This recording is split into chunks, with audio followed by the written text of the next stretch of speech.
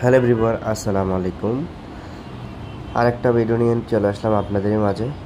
এই গাড়িটা এত বড় একটা জিপ হুন্ডা সিআরভি 2018 মডেল। এই গাড়িটার এত বড় একটা ইঞ্জিন, তো আপনারা কি ভাবতে পারেন এটার কত সিসি হইতে পারে?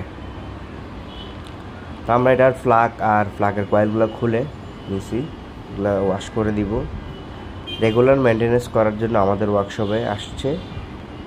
রেগুলার মেনটেনেন্সে আজকে আছে AC filter, oil filter, air filter, brake servicing, total servicing, তারপরে হলো অক্সিজেন সেন্সর, তারপরে এয়ার ফ্লাশ সেন্সর, মোটামুটি সবগুলোই থাকবে।